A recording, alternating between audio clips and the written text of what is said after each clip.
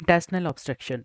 Intestinal obstruction का मतलब है कि जितने भी इंटेस्टाइन के कंटेंट्स है वो सही तरह पास नहीं हो रहे, so there is a restriction to the normal passage of intestinal contents. और ये हमारे पास मैकेनिकल इंटेस्टिनल ऑब्स्ट्रक्शन भी हो सकती है और फंक्शनल इंटेस्टिनल ऑब्स्ट्रक्शन भी हो सकती है। मैकेनिकल का मतलब है कि यहाँ पर कोई लीजन है, कोई ऑब्स्ट्रक्शन है, कोई सॉलिड चीज़ पड़ी है जो कि इसको मैकेनिकली ऑब्स्ट्रक्ट कर रही है, और इस सब की वजह से जितने कंटेंट्स है वो फ्लो नहीं कर रहे, ऑब्स्ट्रक्ट हो गए हैं। सो मैकेनिकल इंटेस्टिनल ऑब्स्ट्रक्शन को हम कहते हैं this is dynamic intestinal obstruction and it is caused by mechanical obstruction. अब इसमें होगा क्या कि जितना भी न्यूरोमस्कुलर सिस्टम है वो बिल्कुल ठीक है, इंटेस्टाइन्स जो है वो भी पेरिस्टालसिस कर रही हैं, लेकिन आगे कोई मैकेनिकल ऑब्स्ट्रक्शन पड़ी है जिसे ये ओवरकम नहीं करे। तो जब हम इसे ऑस्कल्टेट करेंगे तो बावल साउंड्स जो होंगे वो एग्जैजरेटेड होंगे, क्योंकि इंटेस्टाइन जो है वो इसके अगेंस्ट अपना फुल जोर लगा रही है। इनिशियली साउंड्स जो होंगे वो एग्जैजरेटेड होंगे और टाइम के साथ साथ ज़ोर लगा लगा कर ये फटीक आउट हो जाएगी, सारी इंटेस्टाइन थक जाएगी, और लेटर स्टेजेस के अंदर ये पेरिस्टालसिस पैरालिसिस के अंदर चली जाएगी और बावल साउंड्स जो होंगे वो एब्सेंट हो जाएंगे। सो इनिशियल स्टेजेस के अंदर क्या होंगे, बावल साउंड्स एग्जैजरेटेड होंगे और लेट स्टेजेस के अंदर बावल साउंड्स एब्सेंट होंगे। इसके अलावा अगर इंटेस्टिनल ऑब्स्ट्रक्शन की दूसरी टाइप की बात करें विच इज़ फंक्शनल, तो फंक्शनल का मतलब है कि ये डायनामिक ऑब्स्ट्रक्शन है, यानी पेरिस्टालसिस के अंदर मसला है, बीच के अंदर कोई रोड़ा नहीं पड़ा, कोई लीजन नहीं पड़ा, कोई ऑब्स्ट्रक्शन नहीं है, इसका मतलब इसमें पेरिस्टालसिस ही नहीं हो रही, मोटिलिटी ही नहीं हो रही। So it is cause by impaired intestinal motility. और क्या होगा, जितना भी सारा फीकल या स्टूल मैटर होगा वो अंदर ही पड़ा रहेगा, और इसके जो साइन सिम्टम्स होंगे वो इंटेस्टिनल ऑब्स्ट्रक्शन के होंगे in the absence of any lesion. अब इसकी जो है ना हमारे पास दो वैरायटीज़ हैं, स्मॉल बावल के अंदर भी फंक्शनल हो सकता है और लार्ज बावल के अंदर भी फंक्शनल इंटेस्टिनल ऑब्स्ट्रक्शन हो सकती है। सो अगर स्मॉल बावल के अंदर फंक्शनल इंटेस्टिनल ऑब्स्ट्रक्शन उसे हम कहेंगे दिस इज़ पैरालिटिक आइलियस, और अगर लार्ज बावल के अंदर है तो हम उसे कहेंगे दिस इज़ सूडो ऑब्स्ट्रक्शन। अब ये जो सूडो ऑब्स्ट्रक्शन है लार्ज बावल के अंदर फंक्शनल इंटेस्टिनल ऑब्स्ट्रक्शन, इसे हम कहते हैं दिस इज़ ओगलवी सिंड्रोम। इसके अलावा अगर हम सिंपली आइलियस की बात करें तो आइलियस हम कहेंगे decrease in the motor activity of the intestine, that's because of non mechanical reason, यानी पैरास्टालसिस बस नहीं हो रही। सो अगर कॉजेज़ की बात करें मैकेनिकल ऑब्स्ट्रक्शन, तो अगर इसमें सबसे पहले स्मॉल बावल की बात करें, स्मॉल और लार्ज दोनों के अंदर मैकेनिकल ऑब्स्ट्रक्शन हो सकती है। अगर स्मॉल बावल के अंदर मैकेनिकल ऑब्स्ट्रक्शन की कॉजेज़ की बात करें तो ये हो सकता है कि बावल के बाहर हो, बावल की जो वॉल है, जो उसकी मस्कुलर वॉल है उसके अंदर हो, या फिर बावल के अंदर जो ल्यूमेन है वहाँ पर हो। अगर बावल स्मॉल बावल के बाहर की बात करें तो एडिशन, हर्निया, डिस्कप्शन या वॉल्वुलस हो सकता है। बावल की वॉल के अंदर की बात करें तो उसके अंदर मेलिग्नेंसी हो सकती है, कोई टीबी के स्ट्रक्चर हो सकते हैं या क्रोहन डिजीज़ हो सकती है। और फाइनली अगर स्मॉल बावल के ल्यूमेन की बात करें तो इसमें हार्ड फीसिस हो सकती हैं, गाल ब्लैडर हो सकते हैं, राउंड वर्म्स या म्यूकोनियम आइलिस हो सकता है। लार्ज बावल के अंदर अगर मैकेनिकल ऑब्स्ट्रक्शन की बात करें तो इसमें कार्सिनोमा, स्ट्रक्चर, वॉल्वुलस, हर्निया और कुछ congenital conditions for example Hirschsprung disease, anal stenosis या इम्परफोरेट एनस हो सकती हैं। वेल अगर हम बात करें कि जहाँ पर बावल ऑब्स्ट्रक्शन हुई है वहाँ पर क्या क्या चेंजेस हो सकते हैं, कुछ चेंजेस प्रॉक्सिमल होंगी, कुछ changes at the site of obstruction होंगी और कुछ चेंजेस जो होंगी वो डिस्टल होंगी। सो अगर प्रॉक्सिमल चेंजेस की बात करें जहाँ पर ऑब्स्ट्रक्शन है, उससे जो पीछे पीछे हेल्दी पार्ट है वो क्या करेगा, रिफ्लक्स के तौर पर अपनी पेरिस्टालसिस जो है वो इंक्रीज़ करेगा, और पेरिस्टालसिस इतनी ज़्यादा इंक्रीज़ हो जाएगी कि जब हम स्टेथ रखेंगे तो जितने भी बावल साउंड्स हैं वो एग्जैजरेट करेंगे। अगर तो ऑब्स्ट्रक्शन नहीं रिलीव होगी तो ये ज़ोर लगा लगा कर फटीक आउट हो जाएगा, पेरिस्टालसिस जो है वो सीज हो जाएगी और पैरालाइज हो जाएगा और बावल साउंड्स एब्सेंट हो जाएंगे। इसके अलावा अगर प्रॉक्सिमल टू बावल ऑब्स्ट्रक्शन की हम बात करें तो यहाँ पर डिस्टेंशन होगी। डिस्टेंशन किस तरह हो सकती है, वेल गैस भी हो सकती है और फ्लूइड भी अकुमुलेट हो सकता है। गैस किस तरह है, क्योंकि वहाँ पर ऑब्स्ट्रक्शन हुई है, उससे आगे जितना भी फीकल मटेरियल है वो नहीं जा रहा, तो पीछे पीछे जितने बैक्टीरिया हैं वो फर्मेंटेशन स्टार्ट करेंगे, वहाँ पर गैस अकुमुलेट हो जाएगी। इसके अलावा जितनी सॉलिड एयर है जो हम ऊपर से हमारे जीआई ट्रैक में मुंह से आ रही है, ऑक्सीजन, नाइट्रोजन, वहाँ पे ये भी अकुमुलेट हो जाएगी। एक तो गैस अकुमुलेट होगी जिसकी वजह से डिस्टेंशन नहीं है प्रॉक्सिमल टू ऑब्स्ट्रक्शन, और प्रॉक्सिमल टू ऑब्स्ट्रक्शन क्या होगा, फ्लूइड अकुमुलेट हो जाएगा सारा। फ्लूइड क्यों अकुमुलेट होगा, हमें पता है कि जो स्मॉल इंटेस्टाइन है वो डेली 8 लीटर जो है वो फ्लूइड उसके अंदर आता है, सलाइवा से, स्टमक से, डुओडेनम से, पैंक्रियास से, लिवर से। अब मेजॉरिटी ऑफ द फ्लूइड जो है वो स्मॉल इंटेस्टाइन के अंदर एब्जॉर्ब हो जाता है। सो इस केस में क्या होगा, ऑब्स्ट्रक्शन हुई है, लुमिनल प्रेशर जो है वो इंक्रीज़ करेगा जिसकी वजह से लिम्फेटिक कंजेस्शन हो जाएगी और वीनस कंजेस्शन हो जाएगी। ये लोग जो होंगे फुली फिल्ड हो जाएंगे, वीनस और लिम्फेटिक्स जितने भी हैं उनकी कैपेसिटी जो है फुल हो जाएगी इसके, और ये और ज़्यादा फ्लूइड जो है वो एब्जॉर्ब नहीं करेंगे, जिसकी वजह से यहाँ पर फ्लूइड जो है एकुमुलेट होना स्टार्ट करेगा। हम इसे कहेंगे this is third space, loss of the fluid, जिसकी वजह से पेशेंट जो है फ्लूइड लॉस और इलेक्ट्रोलाइट लॉस और डिहाइड्रेशन और इन सिम्टम्स के साथ प्रेजेंट कर सकता है। सो प्रॉक्सिमल टू बावल ऑब्स्ट्रक्शन क्या क्या हो सकता है? डिस्टेंशन हो सकती है, दैट्स बिकॉज ऑफ गैस और फ्लूइड। इसके अलावा at the side of obstruction, जहाँ पर ऑब्स्ट्रक्शन है वहाँ पे क्या हो सकता है? वेल इस केस में परफोरेशन हो सकती है और पेरिटोनाइटिस हो सकती है। किस तरह होगी?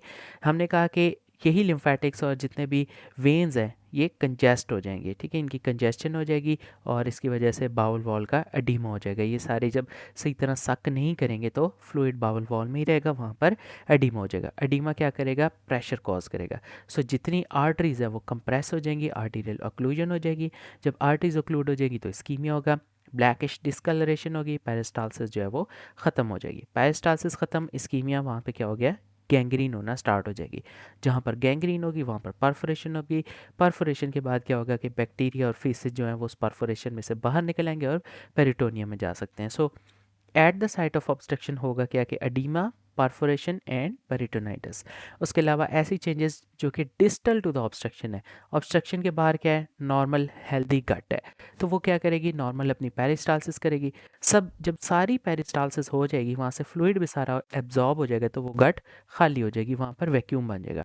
फिर वो जो गट का एरिया है जो कि डिस्टल टू द ऑब्स्ट्रक्शन पड़ा है वो हेल्दी है, नॉर्मल पेरिस्टालसिस कर रहा है, फ्लूइड सारा एब्जॉर्ब हो गया, फीसिस सारी जो है आगे ट्रांसफ़र हो गई हैं, वहाँ पर वैक्यूम बन गया और वो कोलैप्स करेगा। So there is collapse distal to the obstruction. इसके अलावा अगर क्लिनिकल फीचर्स की बात करें तो जो डायनेमिक इंटेस्टिनल ऑब्स्ट्रक्शन है, डायनेमिक का मतलब मैकेनिकल, जिसके अंदर कोई लीजन पड़ा है, उसको हम डायग्नोस किस तरह करेंगे? वेल इसके चार कार्डिनल फीचर्स होते हैं। सबसे पहले ऊपर से वॉमिटिंग आएगी, पेट के अंदर डिस्टेंशन और पेन होगी, और नीचे से जो होगा कॉन्स्टिपेशन। कॉन्स्टिपेशन एब्सोल्यूट भी हो सकती है, रिलेटिव भी हो सकती है।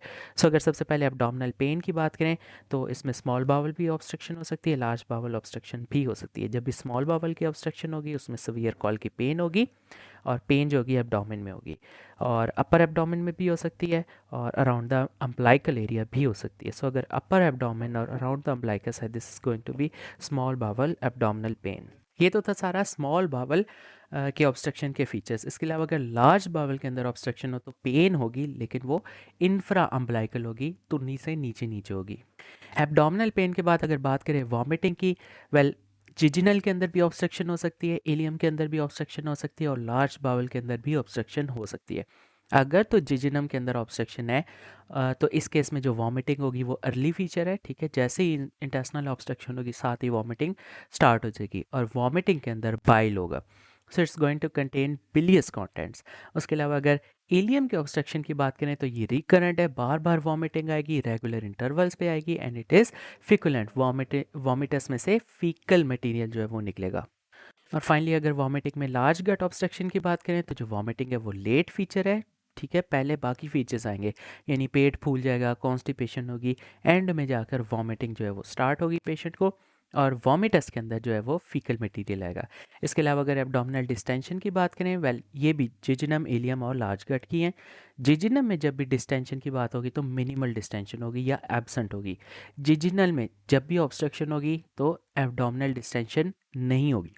आइलियम में जब भी इंटेस्टिनल ऑब्स्ट्रक्शन होगी तो इस केस में विजिबल पेरिस्टालसिस पेट के ऊपर नजर आएगी और एग्जैजरेटेड बावल साउंड्स होंगे। सो अगर विजिबल इंटेस्टिनल पेरिस्टालसिस है तो इसका मतलब मोस्ट लाइकली ऑब्स्ट्रक्शन जो है वो आइलियम में है। इसके अलावा अगर फाइनली बात करें लार्ज गट की तो इस केस में जो डिस्टेंशन है वो रिमार्केबल है, पेट अच्छा खासा जो है पेशेंट का फूल जाएगा। और फाइनली जो चौथा कार्डिनल फीचर है एब्डोमिनल पेन, वॉमिटिंग, डिस्टेंशन के बाद, वो है कॉन्स्टिपेशन।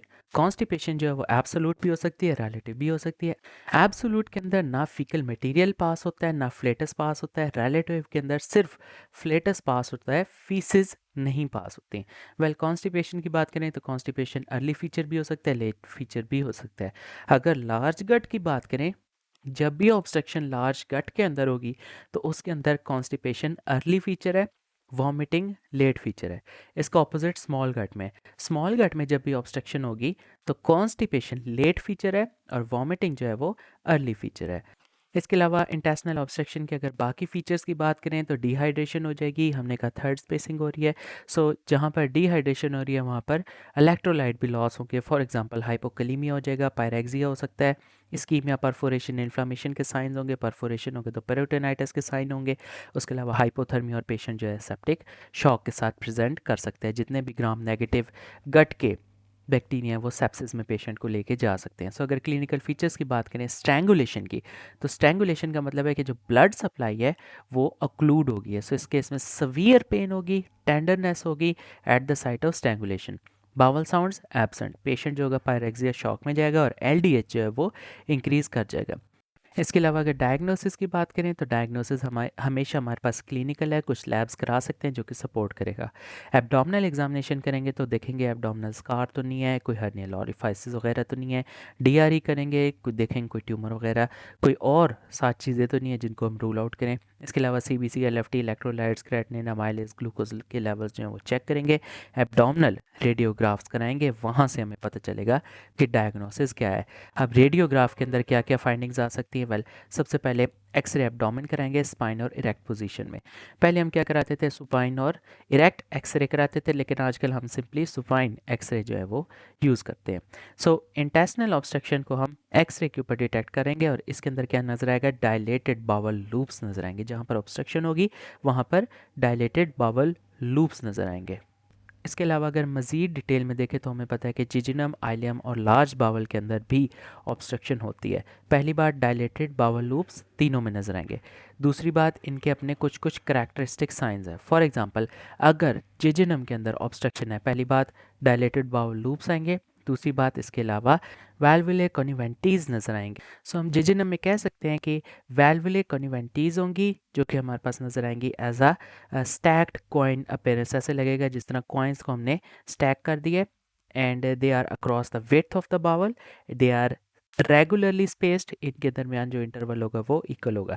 ये सारी करैक्टरिस्टिक्स जिजिनम के अंदर आएंगी। इसके अलावा अगर आइलियम के अंदर कोई ऑब्स्ट्रक्शन है तो आइलियम की जितनी भी ऑब्स्ट्रक्शन होगी, पहली बात इसके अंदर डायलेटेड बावल लूप्स होंगे। दूसरी बात, ये लूप्स जो होंगे ये सेंट्रली लोकेटेड होंगे, बिल्कुल सेंटर में, and they are described as characterless. ठीक है, ऐसा कोई हमें कुछ भी नहीं नज़र आएगा, ना वैल्वे कॉन्वेंटीज नज़र आएंगे, ना हमें हॉस्टरा नज़र आएंगे, बस करैक्टरलेस ऐसे ही डायलेटेशन बीच में नज़र आएंगे। इसका मतलब आइलियम है।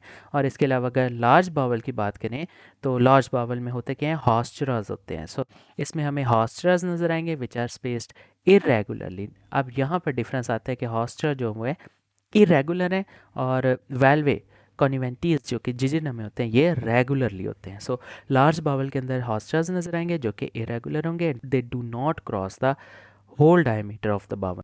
ये फाइंडिंग तो सारी हमें एक्सरे के ऊपर मिल गया, एक्सरे सुपाइन पोस्चर। इसके अलावा सीटी स्कैन एब्डोमेन कराएंगे, it is more sensitive than X-ray. और सीटी स्कैन एब्डोमेन में क्या मिल सकता है? Level of obstruction, degree of obstruction, cause volvulus है वो मिल जाएगा, हर्निया है वो मिल जाएगा, लूमिनल या फिर म्यूरल कॉजेज़ है वो मिल जाएंगे, कॉफ़ी बीन साइन वगैरह है, ओमेगा साइन है, ये सारी चीज़ें जो है ये मिल सकती हैं सीटी स्कैन के ऊपर। उसके अलावा इस्कीमिया की डिग्री ये मिल सकती है, फ्री फ्लूइड और फ्री गैस ये मिल सकती है। So level of obstruction, degree of obstruction, cause, ischaemia, free fluid और फ्री गैस। ट्रीटमेंट क्या करेंगे? वेल, सर्जरी करेंगे मेजॉरिटी ऑफ केसेस में, और सर्जरी से पहले पेशेंट को हम रिससिटेट करेंगे। रिससिटेट किस तरह करेंगे? वेल, एनजी एस्पिरेशन कराएंगे, डिकम्प्रेशन कराएंगे, एनजी ट्यूब पास करेंगे, फ्लूइड और इलेक्ट्रोलाइट रिप्लेसमेंट करेंगे। इसमें क्या करेंगे? 2 वाइड बोर जो कैनुलाज होंगे वो पास करेंगे, इंसर्ट करेंगे और उसमें से फ्लूइड देंगे ताकि पेशेंट का जो हाइपोवोलीमिया उसे करेक्ट करें, हाइपोकलीमिया उसे भी करेक्ट करें। इसके अलावा कैथेटराइज करेंगे, फोली पास करेंगे ताकि यूरिन आउटपुट का ट्रैक रखें, एंटीबायोटिक्स देंगे और अगर कोई underlying other existing metabolic abnormality है तो उसे भी करेक्ट करेंगे। सो सर्जरी में हम क्या क्या कर सकते हैं? वेल, सर्जरी का एक क्लासिकल रूल है कि एक्यूट इंटेस्टिनल ऑब्स्ट्रक्शन में हमने 24 घंटे के अंदर अंदर ही ट्रीट कर देना है। The sun should not both rise and set, ठीक है, on the cause of acute intestinal obstruction. ये रूल है एक्यूट इंटेस्टिनल ऑब्स्ट्रक्शन का। हाँ, अगर तो एडिसिव्स बन गए, ठीक है, उन एडिशंस की वजह से ऑब्स्ट्रक्शन हो रही है, तो इस केस में हम 72 घंटों का इंतज़ार कर सकते हैं। हम पेशेंट को ना कंजर्वेटिवली मैनेज कर सकते हैं, उसे थोड़ा टाइम दे सकते हैं, क्योंकि जो एडिशंस होती हैं, जो एडहेसिव ऑब्स्ट्रक्शंस होती हैं, ये स्पॉन्टेनियसली रिलीव हो सकती हैं। सो जिस तरह हमने कहा कि जो एक्यूट अनरिलीव्ड ऑब्स्ट्रक्शन है वो हमने जल्दी जल्दी 24 घंटे के अंदर करनी है, सनसेट ना हो या सनराइज ना हो, जल्दी जल्दी करनी है। इसकी क्या इंडिकेशन है, क्या क्या हो सकती है? हो सकता है कोई स्ट्रैंगुलेटेड हर्नी हो, इसको जल्दी से ऑपरेट करना है। ऑब्स्ट्रक्टेड हर्नी हो, उसको जल्दी से हमने ऑपरेट करना है। एक्यूट ऑब्स्ट्रक्शन हो या इंटेस्टिनल स्ट्रैंगुलेशन हो, सो इन केसेस में हमने जल्दी जल्दी जो है ऑपरेट करना है। अब करेंगे क्या कि मिड लाइन इंसिजन करेंगे, एब्डोमेन को ओपन करेंगे, गट को एग्जामिन करेंगे और फिर हम देखेंगे ऑब्स्ट्रक्शन कहाँ पर है, साइट क्या है, नेचर क्या है, कोई वॉल्वुलस वगैरह है या कोई हर्नी है या कोई ल्यूमिनल कॉज है, कोई मस्कुलर वॉल की कॉज है। नेचर देखेंगे और उसके अलावा गट की वायबिलिटी देखेंगे। अब ये इस सब के लिए ना हम सीकम को एक अच्छा मार्कर रखते हैं। अब सीकम क्यों? क्योंकि पीछे से डुओडेनम जिजिनम आती है, आइलियम आती है और आइलियम चेंज होती है सीकम में। सीकम के बाद फिर हमारे पास असेंडिंग ट्रांसफर डिसेंडिंग कोलॉन होता है। सो हम सीकम को एक अच्छा मार्कर लेते हैं। वो क्यों?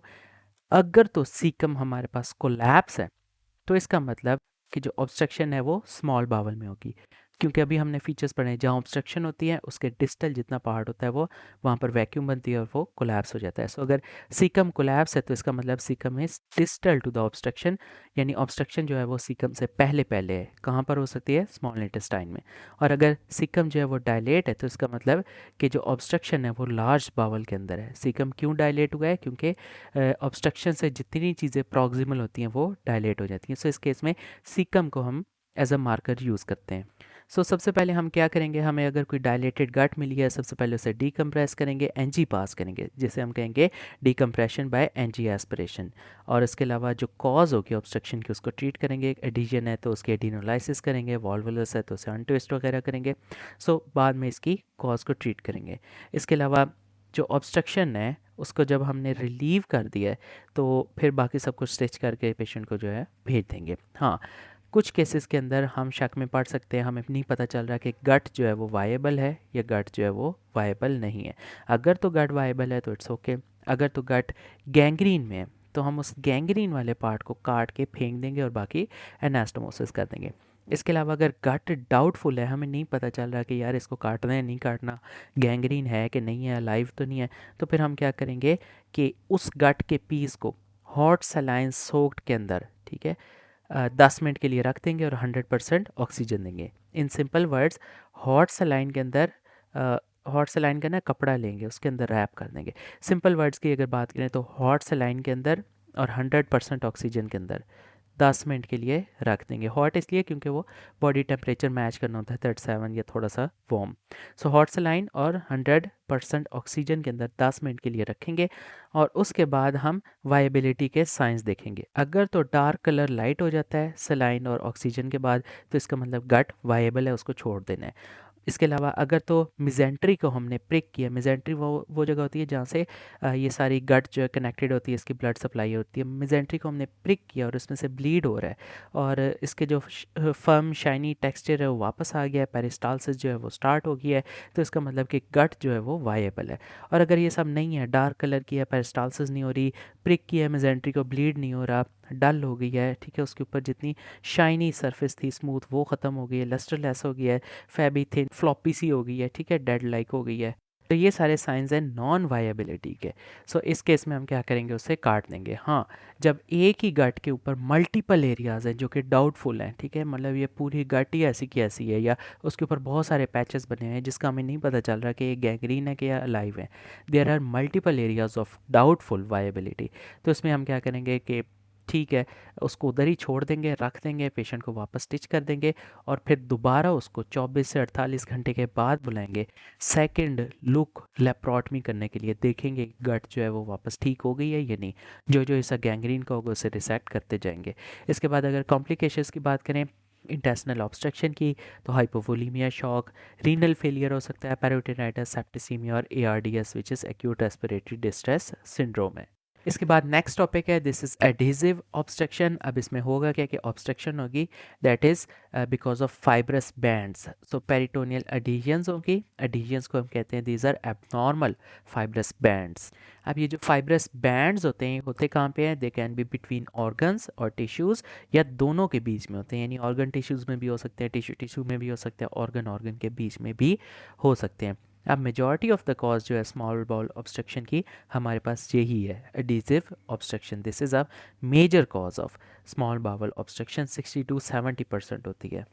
स्मॉल बाउल ऑब्स्ट्रक्शन के बाद जब भी हम पेशेंट की एब्डोमिनल सर्जरी करते हैं या पैल्विक सर्जरी करते हैं तो चांसेस हो सकते हैं कि उस पेशेंट के अंदर बाद में एडिशंस बन जाए, जिसकी वजह से बाद में ऑब्स्ट्रक्शन और पेशेंट जो है वो दोबारा हमारे पास प्रेजेंट हो। सो एडिशंस कब कब बन सकते हैं? कभी भी बन सकते हैं, जैसे सर्जरी की सून आफ्टर द सर्जरी बन सकते हैं और 1 से 5 साल के बाद भी बनते हैं। इसके अलावा अगर लार्ज बाउल ऑब्स्ट्रक्शन की बात करें तो उसमें ये बहुत ज़्यादा रेयर है, यानी कि जब भी हमारे पास फाइब्रस बैंड्स बनेंगे, एडिशंस होंगी, तो वो स्मॉल बाउल के अंदर बनेंगी और कॉज क्या हो सकती है? मोस्ट लाइकली एब्डोमिनल सर्जरी हो सकती है या पैल्विक सर्जरी हो सकती है। लार्ज बाउल के अंदर एडिशंस बनना बहुत ज़्यादा रेयर है, ना के बराबर है। इसके अलावा अगर कॉमन कॉजेज़ की बात करें इंट्रा एब्डोमिनल एडिजिव ऑब्स्ट्रक्शन की, यानी फाइब्रस बैंड्स के बाद जो ऑब्स्ट्रक्शन होती है, तो उसकी क्या क्या कॉमन कॉजेज़ हैं?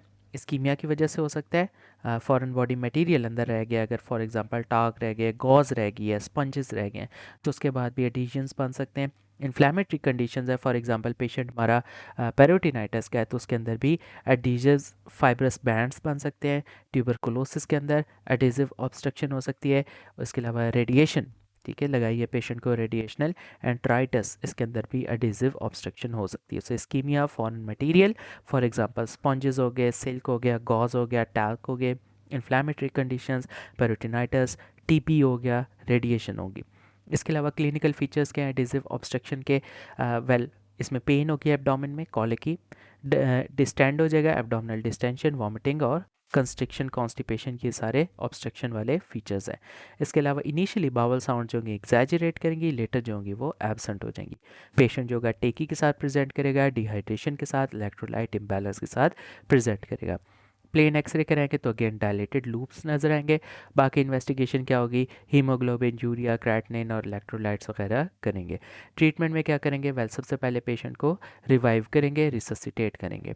फॉर एग्जांपल वो डिहाइड्रेटेड है तो आईवी फ्लूइड्स देंगे, एनजी एस्पिरेशन करेंगे, इलेक्ट्रोलाइट्स उसकी करेक्शन करेंगे, मेटाबॉलिक डीअरेंजमेंट्स की करेक्शन करेंगे और कंजर्वेटिवली हम पेशेंट को देखेंगे। हमने जिस तरह बात की है कि जितने भी एडिशंस होते हैं उन्हें हम 72 आवर्स का टाइम देते हैं, क्योंकि most of the time up to 70% cases में क्या होता है कि ये खुद ही स्पॉन्टेनियसली ठीक हो जाते हैं। सो हम क्या करेंगे? कंजर्वेटिवली मैनेज करेंगे 72 घंटे के लिए। और अगर सिम्टम्स और ज़्यादा बिगड़ रहे हैं या बावल इस्कीमिया के सिम्टम्स आ रहे हैं और पेशेंट नहीं ठीक हो रहा, तो हम सर्जरी की तरफ जाएंगे। सर्जरी में क्या कर सकते हैं? एडिनोलाइसिस कर सकते हैं, और लैप्रोस्कोपिक एडिनोलाइसिस जो है वो सेफ़ तरीका है और आजकल बहुत ज़्यादा पॉपुलर हो रहा है, और इसमें रिकरेंट एडिशन का रेट जो है वो बहुत ज़्यादा कम है। अब होता क्या है कि अगर हम ओपन करते हैं, पेट खोलते हैं, तो उसमें क्या होता है? गट की हैंडलिंग होगी, जितनी ज़्यादा एक्सेसिव हैंडलिंग होगी उतने ज़्यादा चांस है दोबारा एडिशंस बनने के। सो इस केस में जो लैप्रोस्कोपिक एडिनोलाइसिस है उसमें रिकरेंट के चांसेस जो है बहुत ज़्यादा कम है। इसके अलावा अगर बात करें रिकरेंट एडिजिव ऑब्स्ट्रक्शन, यानी पेशेंट आया था एडिशंस के साथ, हमने उसकी सर्जरी की, अब वो दोबारा रिअकर होंगे। सो ये बहुत ज़्यादा कॉमन चीज़ है और अनफॉर्चुनेटली कोई इफेक्टिव प्रिवेंटिव मेजर इस वक्त हमारे पास नहीं है। तो कुछ फॉलोइंग प्रोसीजर्स हम कर सकते हैं। क्या क्या कर सकते हैं? रिपीट एडिनोलाइसिस कर सकते हैं, दोबारा वही काम करेंगे। उसके अलावा नोबल स्प्लाइकेशन कर सकते हैं, फिलिप्स स्प्लाइकेशन कर सकते हैं जिसे हम कहते हैं चार्ल्स फिलिप्स ट्रांसमिशन डायरेक्ट प्लाइकेशन, या फिर इंटेस्टिनल इंट्यूबेशन करेंगे। सो एडिशंस की हम प्रिवेंशन किस तरह करेंगे? हमने सर्जरी की है या सर्जरी कर रहे हैं तो हम नहीं चाहते कि इस पेशेंट को बाद में एडिशंस जो हैं वो डेवलप हो जाएं।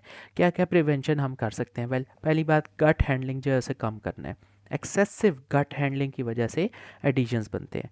इसके अलावा जब भी हम इंटेस्टाइन के साथ खेल रहे हैं, कोई सर्जरी कर रहे हैं, तो कोशिश करें कि जितने कंटेंट्स हैं वो स्पिल ना करें। बाइल, फीसेस, ये सारे दोबारा इरिटेशन, इन्फ्लेमेशन करेंगे और एडिशंस बनेंगे। इसके अलावा जब पेट हमने बंद करना है, वापस क्लोज करना है, तो उससे पहले पेरिटोनियल वॉश करेंगे 4 से 6 लीटर सलाइन के साथ। उसके अलावा ड्रेन जो है वो बंदे के पुत्रों की तरह ठीक डालने हैं, केयरफुली डालने हैं, और गॉज के साथ जो है ना मिनिमल कांटेक्ट हो पेशेंट की इंटरनल ऑर्गन्स का। और फाइनली जो हमारी सर्जिकल टेक्निक है वो बहुत ज़्यादा अच्छी होनी चाहिए। सो ये सारे तरीके हैं एडिशंस को प्रिवेंट करने के।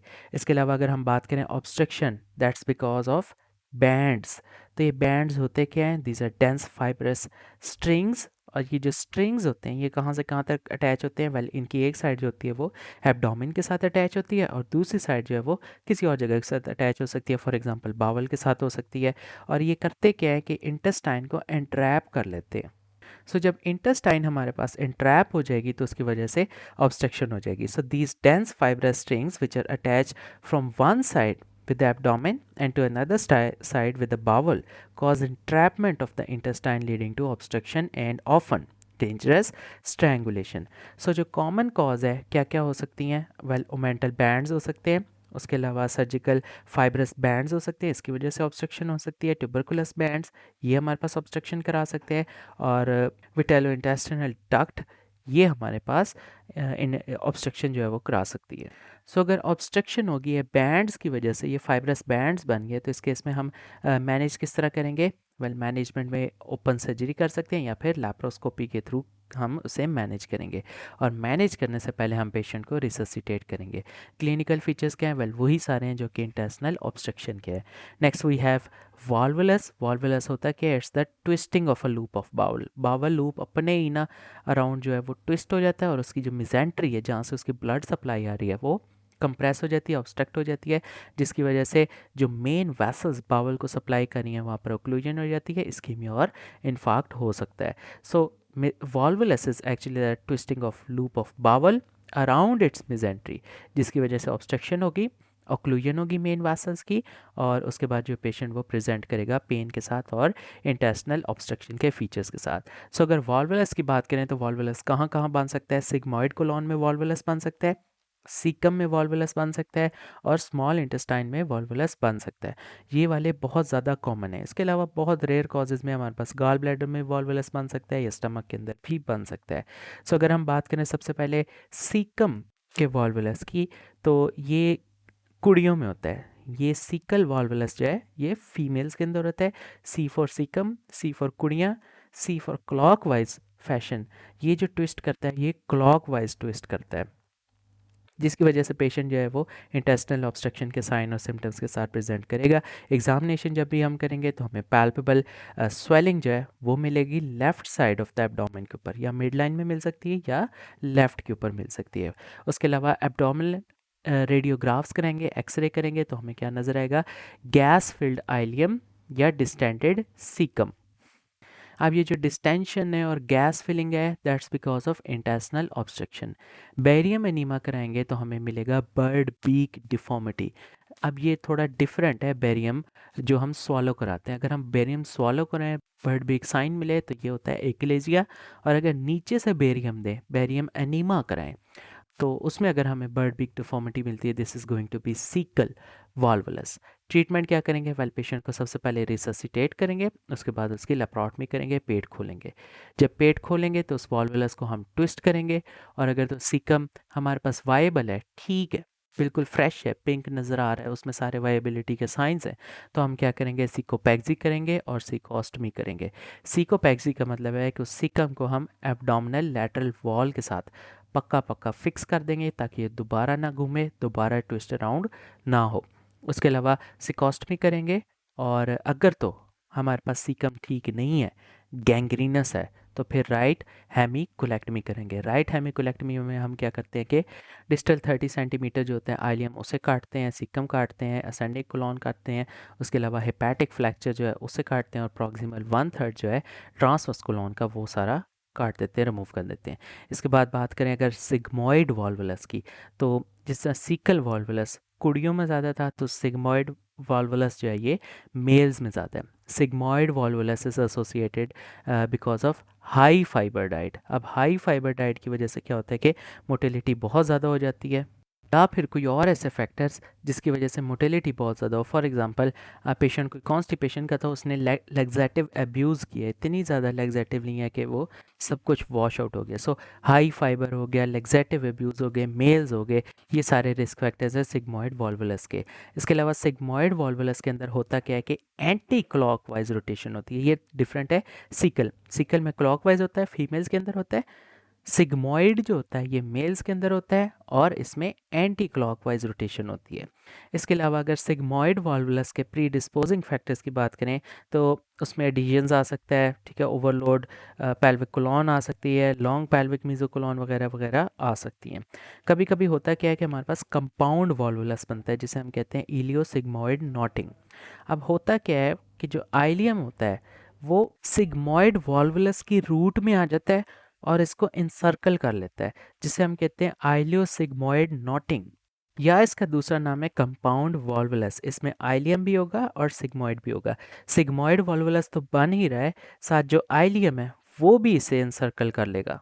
सो अगर सिग्मॉइड वॉल्वुलस के क्लिनिकल फीचर्स की बात करें तो सीधी बात है, इसमें इंटेस्टिनल ऑब्स्ट्रक्शन के फीचर्स होंगे, पेन होगी लोअर हाफ एब्डोमेन में। लोअर हाफ क्यों? क्योंकि ये सिग्मॉइड कोलॉन है, ठीक है, और जो लार्ज गट की पेन होती है वो लोअर एब्डोमेन में होती है। इसके अलावा एब्सोल्यूट कॉन्स्टिपेशन होगी, डिस्टेंशन पेट में बहुत ज़्यादा होगी। हमने पढ़ा है जब भी लार्ज बावल में ऑब्स्ट्रक्शन होगी पेट बहुत ज़्यादा फूलेगा।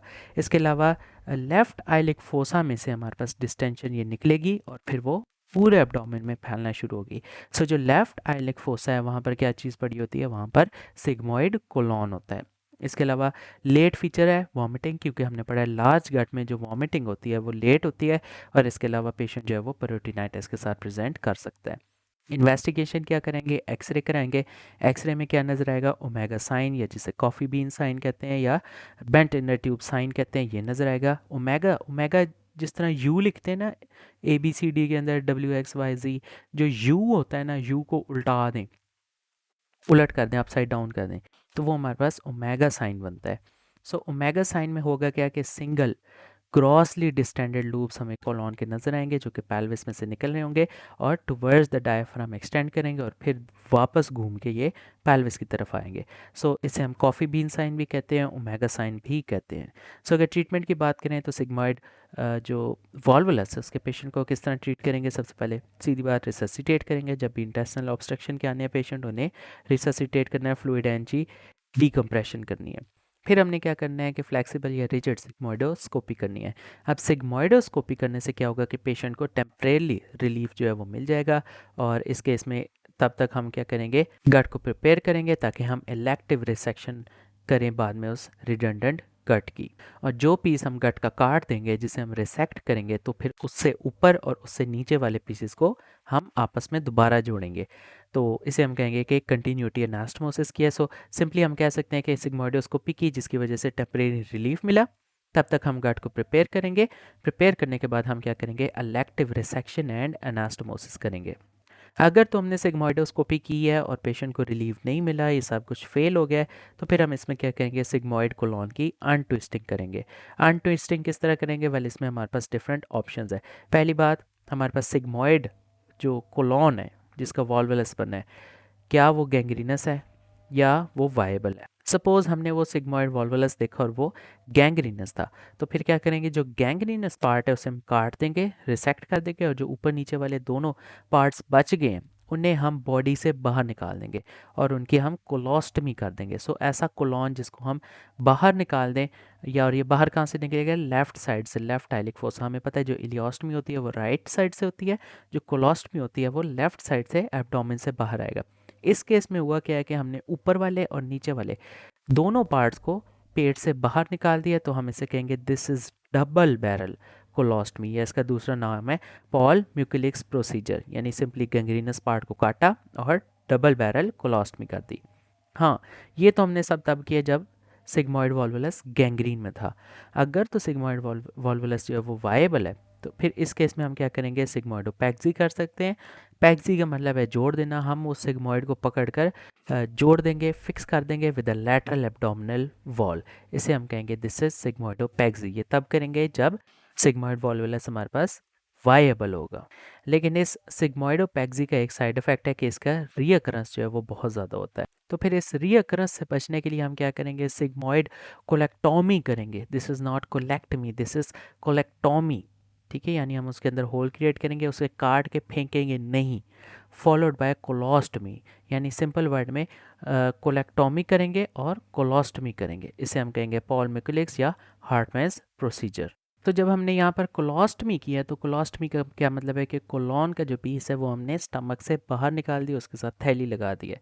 फिर 6 से 8 हफ्ते का हम इंतज़ार करेंगे।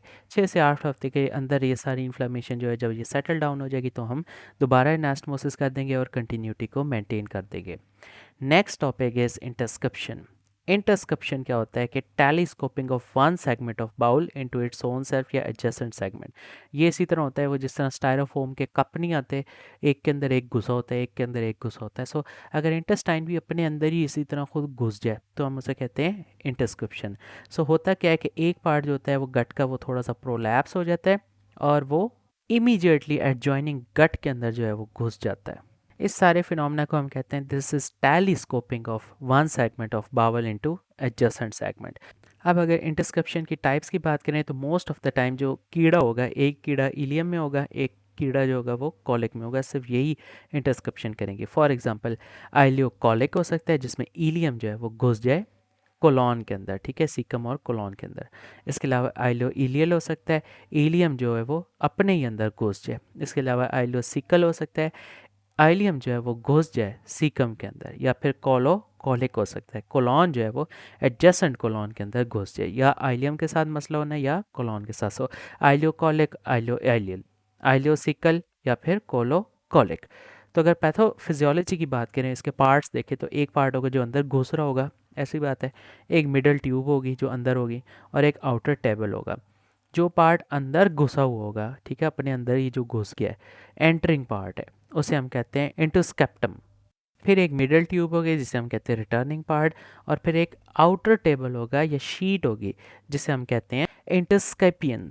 तो एंटरिंग पार्ट है जो अंदर घुस रहा है जिसे हमने कहा इंटरस्केप्टम है। उसके उसके क्या पार्ट्स होते हैं, उसकी एक एपेक्स होती है और उसकी बीक होती है। सो अगर एटियोलॉजी की बात करें तो जो इंटरस्केप्शंस है ये छोटे बच्चों के अंदर बहुत ज़्यादा होती हैं। इनका पीक इंसिडेंस जो होता है वो 5 to 10 मंथ है और 70 to 90% केसेस जो होते हैं वो इडियोपैथिक होते हैं। हाँ, अगर कोई केस मिल जाए तो that's because of hyperplasia of pierce patches.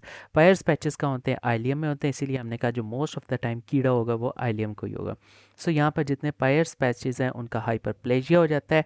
और हाइपरप्लेजिया क्यों होता है, वेल रोटा वायरस हो सकता है, कोई अपर रेस्पिरेटरी ट्रैक इन्फेक्शन हो सकती है जो कि इनिशिएटिंग इवेंट हो। सो जब इसका हाइपरप्लेजिया हो जाएगा तो ये मोटे मोटे पेयर्स पैचेस जो है ना, ये एज अ रिज या as a leading point act करेंगे, ठीक है, ये फ्रिक्शन जो है थोड़ी सी प्रोवाइड करेंगे। सो जिसकी वजह से क्या होगा कि यहाँ पर इंटेस्टाइन अपने साथ इस तरह अटकेगी और अंदर अंदर टेलीस्कोप होना स्टार्ट हो जाएगी। इसके अलावा अगर ओल्डर चिल्ड्रन की बात करें तो उनमें क्या होगा, मैकल्स डायवर्टिकुलम हो सकता है, कोई पॉलिप हो सकता है, कोई अपेंडिक्स हो सकते हैं जिसकी वजह से इंटरस्क्रिप्शन हो। और जो एडल्ट्स हैं उनके अंदर कोई पॉलिप हो सकता है, फॉर एग्जांपल पीट्स जैकर सिंड्रोम हो सकता है, लाइपोमा या ट्यूमर हो जो कि एज अ रिज एक्ट करे और उसके ऊपर क्या उसको यूज़ करते हुए एज अ फ्रिक्शनल पॉइंट ये जो इंटेस्टाइन है ये अंदर ही अपने अंदर घुसती जाए, टेलीस्कोप होती जाए।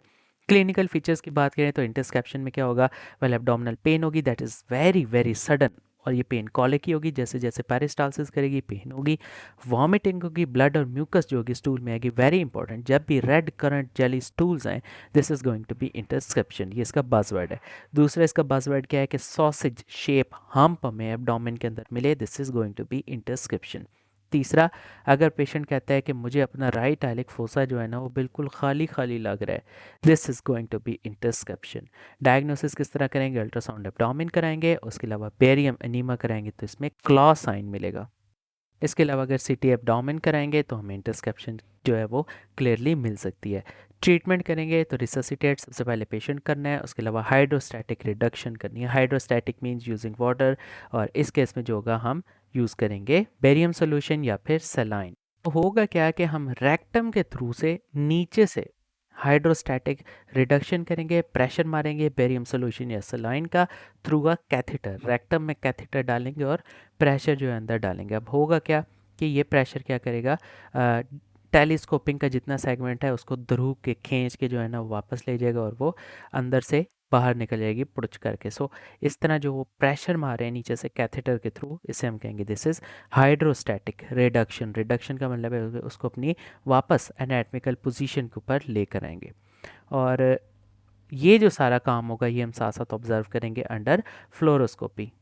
अब हाइड्रोस्टैटिक प्रेशर की इंडिकेशन क्या है? वेल, इंडिकेशन ये है कि अगर पेशेंट प्रेजेंट किया है 24 घंटे के अंदर अंदर हमने डायग्नोज कर लिया इंटरसेप्शन, ठीक है, जल्दी जल्दी शॉर्ट हिस्ट्री हो, तभी हम हाइड्रोस्टैटिक रिडक्शन करेंगे। उसके अलावा एब्डोमेन जब चेक करें तो वो सॉफ्ट हो, तब हम इंटरसेप्शन करेंगे। अगर तो हार्ड पेरिटोनाइटिस के फीचर्स आ गए तो फिर हम नहीं करेंगे। और तीसरा, there are no signs of strangulation. अगर तो स्ट्रैंगुलेशन है तो फिर हमें सर्जरी करके उसकी ब्लड सप्लाई को रिस्टोर करना पड़ेगा, और अगर स्ट्रैंगुलेशन नहीं है तो हम इंटरसेप्शन कर सकते हैं। सो इंटरसेप्शन की इंडिकेशंस क्या हैं? वेल, शॉर्ट हिस्ट्री हो, 24 घंटे से कम हो, एब्डोमेन सॉफ्ट हो, and there are no signs of strangulation. उसके अलावा सर्जरी करेंगे। सर्जरी तब करेंगे जब हमने हाइड्रोस्टैटिक रिडक्शन की वो फेल होगी, या हाइड्रोस्टैटिक रिडक्शन कंट्राइंडिकेटेड है। फॉर एग्जांपल 24 घंटे से ऊपर टाइम हो गया, एब्डोमेन जो है वो हम कह सकते हैं बोर्ड लाइक रिजिड हो गया, ठीक है, सॉफ्ट नहीं है, and there are signs of strangulation. उसके अलावा इसमें करेंगे क्या सर्जरी में कि स्क्वीजिंग करेंगे इन द सफाइलिक डायरेक्शन, या फिर इसके अलावा कोप्स मेथड हम यूज़ करेंगे। अब ये क्या चीज़ें हैं, ये क्या बनाए हैं? वेल, सबसे पहले एब्डोमेन को खोलेंगे, ठीक है, और रिडक्शन को अचीव करेंगे by squeezing the distal part of mass. जो मैस है उसे स्क्वीज़ करेंगे इन द सफाइलिक डायरेक्शन का मतलब है कि ऊपर की तरफ, ठीक है, नीचे से स्क्वीज़ कर करके ऊपर की तरफ आना है, सर की तरफ आना है।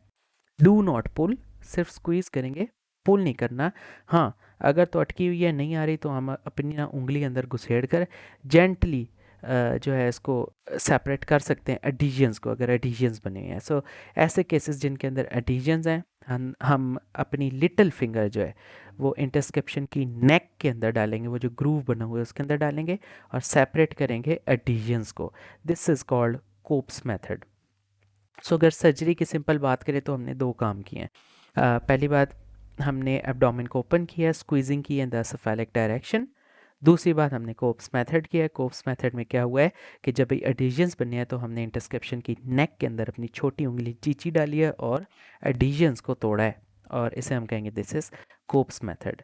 सो ऐसे भी हमारे पास कभी कभी इंटरसेप्शंस हो सकते हैं जो कि गैंग्रीनस हो और इरिड्यूसिबल हो।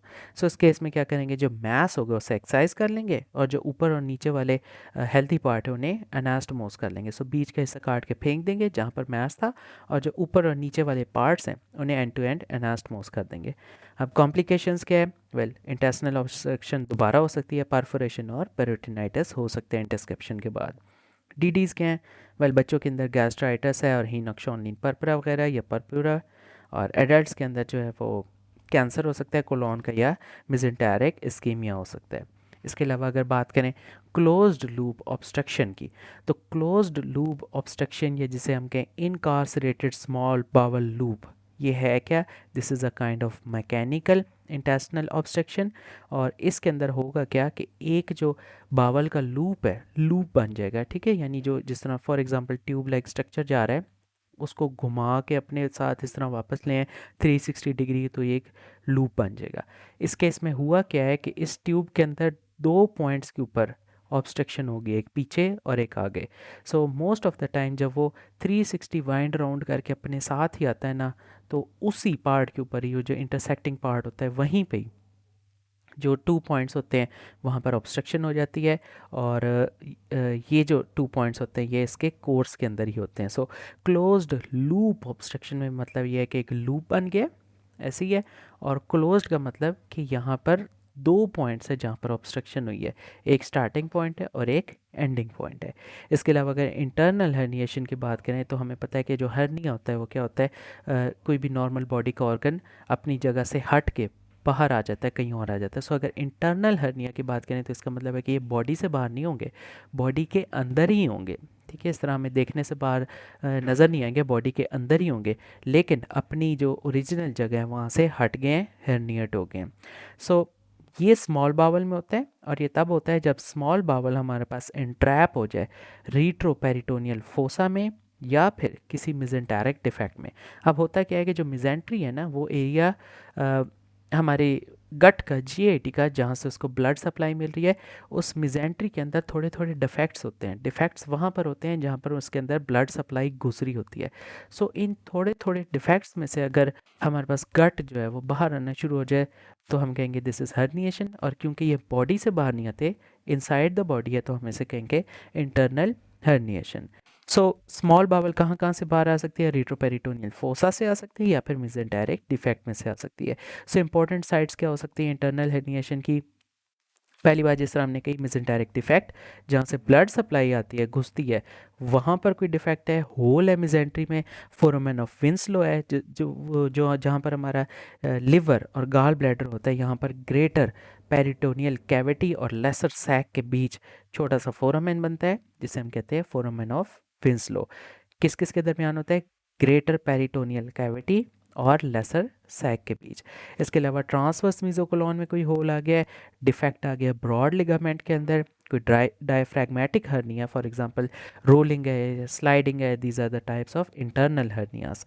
और इसके अलावा कोई इंटरसिग्मोइड फोसा है तो यहाँ पर भी इंटरनल हर्निएशन हो सकती है। सो इसकी ट्रीटमेंट क्या है? वेल, जो स्टैंडर्ड ट्रीटमेंट है हमारी हर्निया की वो ये है कि जो कंस्ट्रिक्टिंग एजेंट है जो कि स्ट्रैंगुलेट कर रहा है, बार बार हर्निया को कंस्ट्रिक्ट कर रहा है, उसे हम रिलीज़ करेंगे। और किस तरह रिलीज़ करेंगे? बाय डिवाइडिंग, यानी उसे काटेंगे।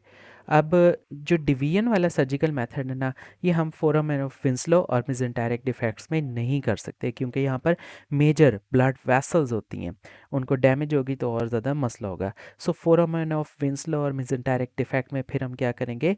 डीकम्प्रेस करेंगे फिर रिड्यूस करेंगे। सो देर इज़ नो डिवीजन। ठीक है, वैसे सारे हर्नियाज जितने इंटरनल हर्नियाज हैं उन्हें हम क्या करेंगे? उनकी ट्रीटमेंट में डिवीजन करेंगे, जितने भी कंस्ट्रक्टिंग एजेंट है, जो भी कॉज है, उसको हम काटेंगे, डिवाइड करेंगे। लेकिन फोरामेन ऑफ विंसलो और मेसेंटेरिक डिफेक्ट में क्या करेंगे? डीकम्प्रेशन एंड रिडक्शन करेंगे। क्यों? क्योंकि यहाँ पर मेजर ब्लड वेसल्स हैं जो कि रन कर रही हैं।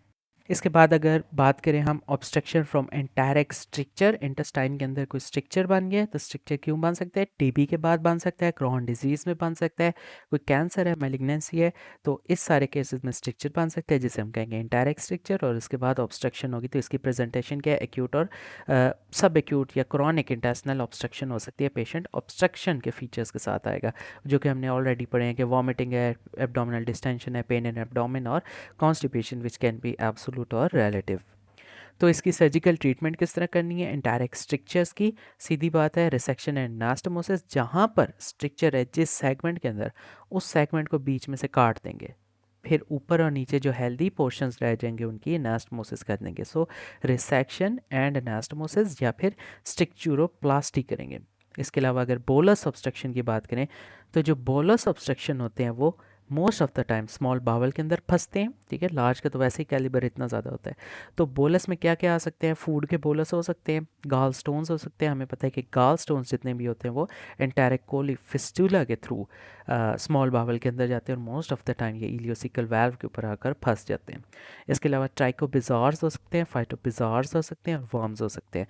Tricho mean hair, bezoars mean this bolus and mass. ठीक है, कोई ऐसा साइकेट्रिक पेशेंट है जो कि बाल खाता है तो बालों का गुच्छा या बॉल जो है वो आंतों के अंदर फंस सकती है। फाइटोबिज़ार्स ऐसे लोग जो कि वो वाले पौधे खाते हैं या फ्रूट्स खाते हैं जिनके अंदर फाइबर ज़्यादा है, सेलुलोज वगैरह, जो कि डाइजेस्ट नहीं होता, तो उनके भी बॉल्स बन सकते हैं, बोलस बन सकते हैं, जिन्हें हम फाइटोबिज़ार्स कहते हैं। सो अगर सबसे पहले गाल ब्लैडर स्टोन्स की बात करें तो हमें पता है कि गाल ब्लैडर स्टोन इस तरह नहीं आता कि गाल ब्लैडर ने कंट्रैक्ट किया तो जी वो सिस्टिक डक्ट से होता होता बा CBD से होता हुआ डिओर्डिनम, नहीं, ये पाथवे फॉलो नहीं करता। गाल स्टोन जब भी हमारे पास डुआर्डिनम के अंदर या इंटेस्टाइन्स के अंदर आएगा तो वो एंटेरोकॉलिक फिस्टुला के थ्रू आएगा। गाल ब्लैडर और डुआर्डिनम के बीच में फिस्टुला बनेगा, उस फिस्टुला से होकर गाल स्टोन अंदर आएगा।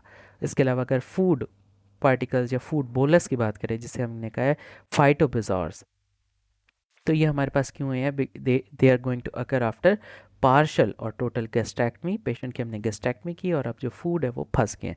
पेशेंट जो है वो चबा कर नहीं खा रहा, मोटे मोटे खा रहा है, तो ये स्मॉल इंटेस्टाइन में फंसेंगे। मैनेजमेंट किस तरह है?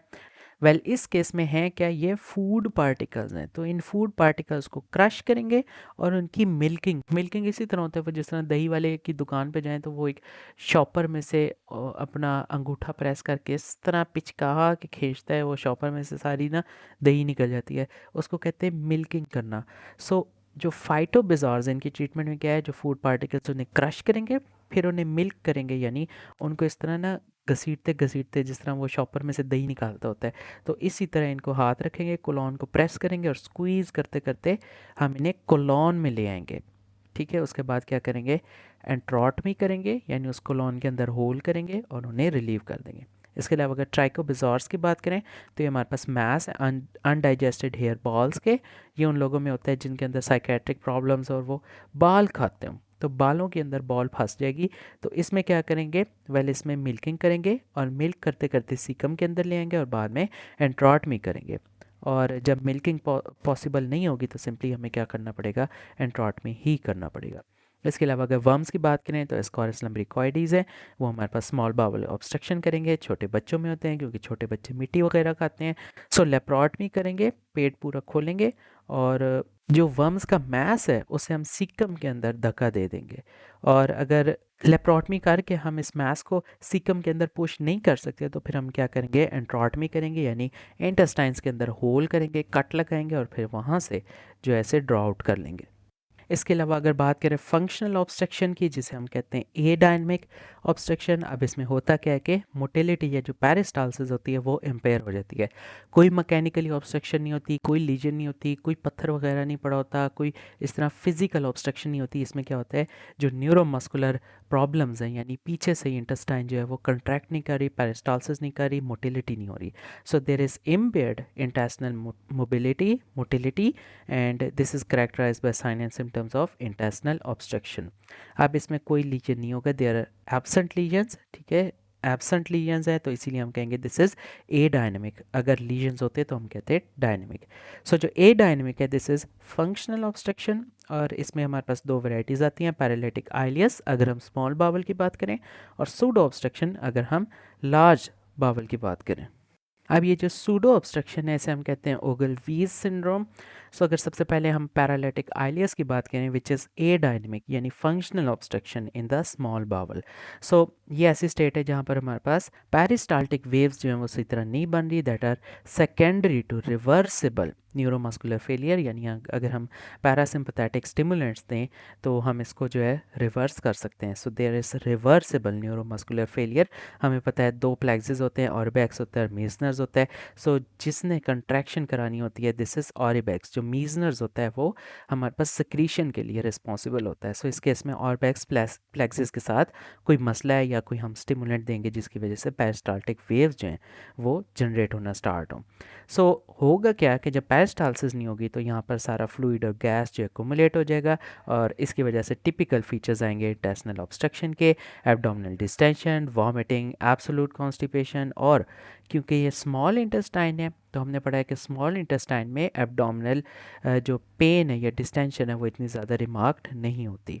सो अगर कॉजेज़ की बात करें पैरालिटिक आइलियस होता क्यों है, वेल सीधी बात है, जब हम सर्जरी करते हैं पेशेंट की उस वक्त बजी हुई होती है तो post op very common presentation है पैरालिटिक आइलियस की। इन्फेक्शन हो सकते हैं, इलेक्ट्रोलाइट्स एबनॉर्मेलिटीज़ की वजह से हो सकते हैं, रिफ्लेक्स आइलियस, मेटाबॉलिक कॉजेज़ या ड्रग्स की वजह से हो सकती है।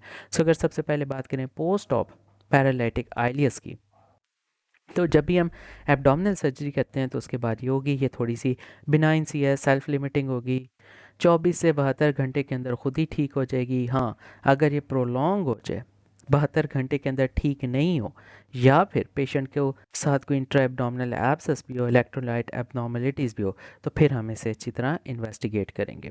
और ये प्रोलॉन्ग किस केस में होगी, जिस तरह अभी बताया एब्डोमिनल एब्सेस है या इलेक्ट्रोलाइट एबनॉर्मलिटीज़ हैं। इसके अलावा अगर इन्फेक्शन की बात करें तो सेप्सिस, पेरोटिनाइटिस, नमूनिया, इस केस में भी पैरालिटिक आइलियस हो सकता है। इलेक्ट्रोलाइट एबनॉर्मलिटीज़ की बात करें तो हाइपोकैलेमिया, हाइपोमैग्नीसीमिया, हाइपरमैग्नीसीमिया या हाइपोनेट्रीमिया में।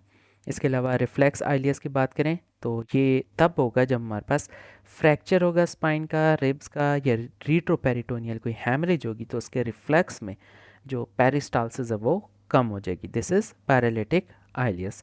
उसके अलावा अगर मेटाबॉलिक कॉजेज़ की बात करें तो यूरीमिया और हाइपोथायराइडिज्म, इसके अंदर पैरालिटिक आइलियस होगा।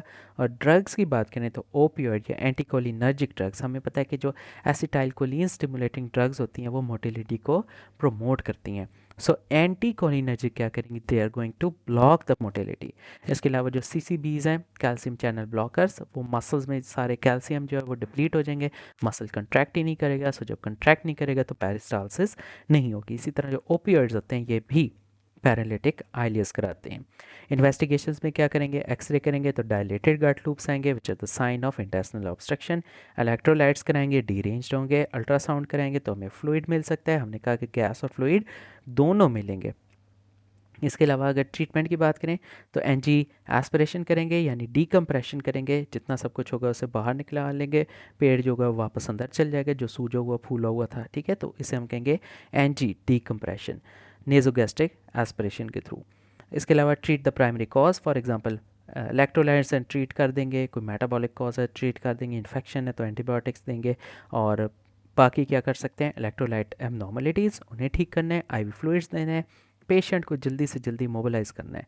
इसके अलावा हम अगर ना अपनी ड्रग ऑफ चॉइस दे रहे हैं ना ओपियोइड्स, पेशेंट कहता है बहुत ज़्यादा पेन है और हम उसे ओपियोइड दे रहे हैं, तो ओपियोइड विदड्रॉ कर लें, वो होल्ड कर लें, ओपियोइड की बजाय एनसेड दे दें, क्योंकि ओपियोइड्स जो हैं वो पैरालिटिक आइलियस कराते हैं। सो replace the opioids with NSAIDs. इसके अलावा सूडो ऑब्स्ट्रक्शन की बात है, हमने कहा यही जब फंक्शनल ऑब्स्ट्रक्शन, जिसे हमने कहा ए डायनेमिक ऑब्स्ट्रक्शन यानी decrease in the intestinal motility, ये जब लार्ज इंटेस्टाइन के अंदर होगी हम इसे कहेंगे दिस इज सूडो ऑब्स्ट्रक्शन। अब अगर यही सूडो ऑब्स्ट्रक्शन क्रॉनिक हो जाए तो ये इरिवर्सिबल हो जाएगी, जिसे हम कहेंगे इंटेस्टिनल डिसमोटिलिटी। और क्रॉनिक सूडो ऑब्स्ट्रक्शन कोलॉन की जब हो जाए तो हम उसे कहेंगे दिस इज ओगलवीज सिंड्रोम। अगर हम बात करें सूडो ऑब्स्ट्रक्शन की कॉजेज़ की, तो कुछ प्राइमरी कॉजेज़ हैं, कुछ सेकेंडरी कॉजेज़ हैं। प्राइमरी कॉजेज़ में क्या हो सकता है, फेमिलियल मायोपैथीज़ हो सकती हैं, फेमिलियल न्यूरोपैथीज़ हो सकती हैं, इसी तरह स्पोरेडिक मायोपैथीज़ हो सकती हैं और स्पोरेडिक न्यूरोपैथीज़ हो सकती हैं। और अगर सेकेंडरी कॉजेज़ की बात करें, स्क्लेरोडर्मा, उसमें सूडो ऑब्स्ट्रक्शन क्रॉनिक और प्रोलॉन्ग होगी। इसके अलावा मस्कुलर डिस्ट्रॉफीज, शागास डिजीज़ में ईसोफेगस भी डायलेट हो जाएगी, हार्ट भी डायलेट हो जाएगा और साथ साथ लार्ज इंटेस्टाइन भी डायलेट हो जाएगी। पार्किंसनिज्म में हो सकता है सूडो ऑब्स्ट्रक्शन। इसके अलावा endocrine disorders, for example diabetes. Diabetes में जो चीज़ ज़्यादा हमें पिक करनी चाहिए, this is going to be gastroparesis, लेकिन सूडो ऑब्स्ट्रक्शन भी पॉसिबल है। इसके अलावा हाइपोथायराइडिज्म में भी होता है, वायरल इन्फेक्शन के अंदर साइटोमेगालो, ईबीवी, इन सब के अंदर सूडो ऑब्स्ट्रक्शन हो सकती है। ट्रीटमेंट किस तरह करेंगे, ट्रीटमेंट के अंदर कोलोनोस्कोपिक डीकम्प्रेशन करेंगे और सब टोटल कोलेक्टमी करेंगे। पहले हम कोलोनोस्कोपिक डीकम्प्रेशन करेंगे और अगर वो ठीक नहीं हो रही, फेल हो गई है या रिफ्रैक्टरी है, तो फिर सब टोटल कोलेक्टमी करेंगे और फिर आइलोरेक्टल अनास्टोमोसिस। सब टोटल कोलेक्टमी का मतलब है कि हम कोलोन जो है उसको निकाल कर काट कर फेंक देंगे। कोलोन से ऊपर क्या चीज़ है, आइलियम, कोलोन से नीचे क्या है, रेक्टम। सो ये जो ऊपर और नीचे वाले पार्ट रह गए हैं इनकी कंटिन्यूटी इस्टेब्लिश करेंगे यानी आइलियोरेक्टल अनास्टोमोसिस करेंगे। इसके बाद अगर नेक्स्ट टॉपिक की बात करें which is acute mesenteric ischaemia. Ischaemia में पता है कि ब्लड फ्लो में रिडक्शन होगी और मिजेंट्री में अगर कम हो जाए, अब्रप्ट रिडक्शन हो जाए, this is called acute mesenteric ischaemia which is abrupt reduction in the blood flow to the intestinal circulation, जिसकी वजह से हमारे पास जितनी मेटाबॉलिक रिक्वायरमेंट है वो कॉम्प्रोमाइज़ हो जाएंगी और जो गट की वायबिलिटी है वो भी थ्रेटन हो सकती है, क्योंकि गट को जब ब्लड सप्लाई नहीं मिलेगी तो वो गैंग्रीन करना स्टार्ट कर देगी। आर्टीरियल कॉजेज़ भी हैं और वीनस कॉजेज़ भी हैं। आर्टीरियल में क्या हो सकता है, arterial emboli, for example patient को एफिब हुआ, एफिब के बाद वहाँ पर थ्रोम्बस एम्बोलस बना, वो चीज़ चलता चलता हमारी मिजेंट्री में आ गया और एक्यूट मिजेंटेरिक इस्कीमिया हो गया। उसके अलावा arterial thrombotic disease, Venus thrombotic disease, ये सारी कॉजेज़ हैं हमारे पास एक्यूट मिजेंटेरिक इस्कीमिया की। इसके अलावा कुछ नॉन ओक्लूसिव मिजेंटेरिक इस्कीमिया है और ये होती हैं that are because of systemic hypotension. जब पूरे सिस्टम, पूरी बॉडी का ही बीपी इतना कम है, हाइपोटेंशन है, तो फिर हमारी बॉडी क्या करती है कि वाइटल ऑर्गन्स की तरफ ब्लड जो है वो शंट कर देती है। फॉर एग्जांपल किडनी हो गया, ब्रेन हो गया, हार्ट हो गया। और जो नॉन वाइबल हैं ऑर्गन्स यानी जो नॉन नेसेसरी हैं, नॉन वाइटल ऑर्गन्स हैं, उनके अंदर इंटेस्टेंस भी आती हैं, तो वहाँ पर सारी वेजो कंस्ट्रिक्शन हो जाती है। This is called non occlusive mesenteric ischaemia and this is because of systemic hypotension. अब अगर बात करें इन सब में से तो सुपीरियर मेसेंटेरिक आर्टरी जो है वो कॉमनली अफेक्ट होगी, और अगर सुपीरियर मेसेंटेरिक आर्टरी की मेन ट्रंक इन्वॉल्व हो गई है तो उसकी वजह से जितना वो एरिया सारा सप्लाई करी थी वो सारा फारिग हो जाएगा। अब सुपीरियर मेसेंटेरिक आर्टरी कहाँ कहाँ सप्लाई करती है, जिजिनल फ्लैक्चर से लेकर स्प्लीनिक फ्लैक्चर तक सारी जगह की इन्फेक्शन हो जाएगी, सड़ जाएगी, गैंग्रीन हो जाएगी।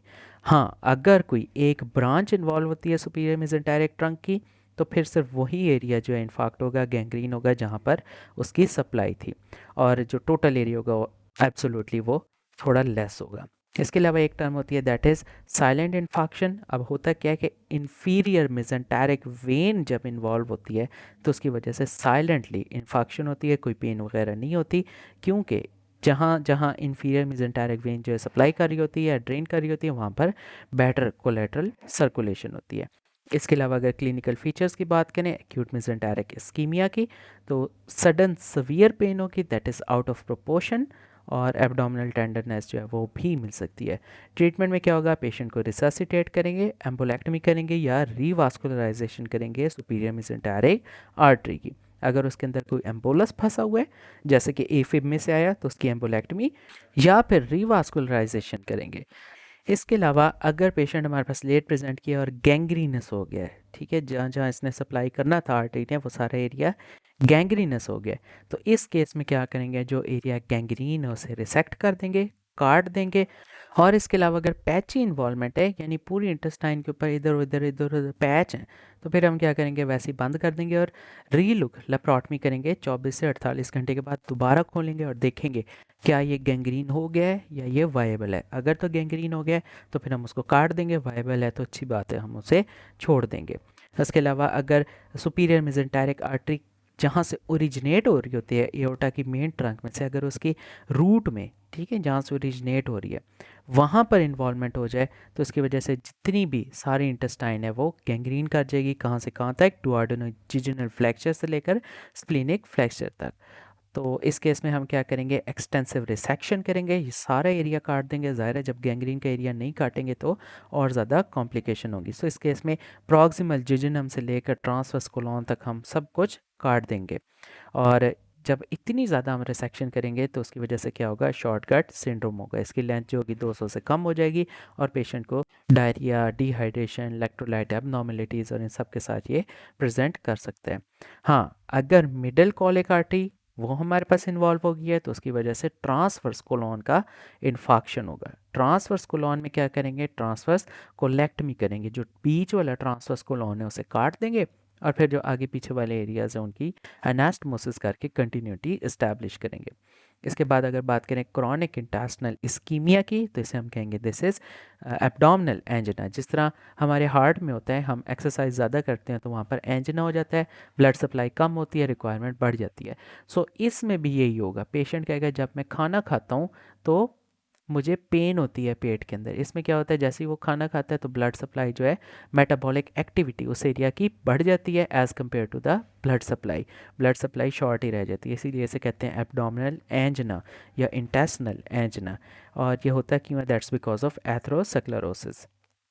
अब टिपिकल फाइंडिंग्स क्या हैं, वेल पेन आफ्टर मील, जैसे वो खाना खाएगा उसे एंजना होगा, पेन होगी, और इस बार जो पेन होगी वो पेट में होगी, ठीक है, that's why it's called abdominal एंजना।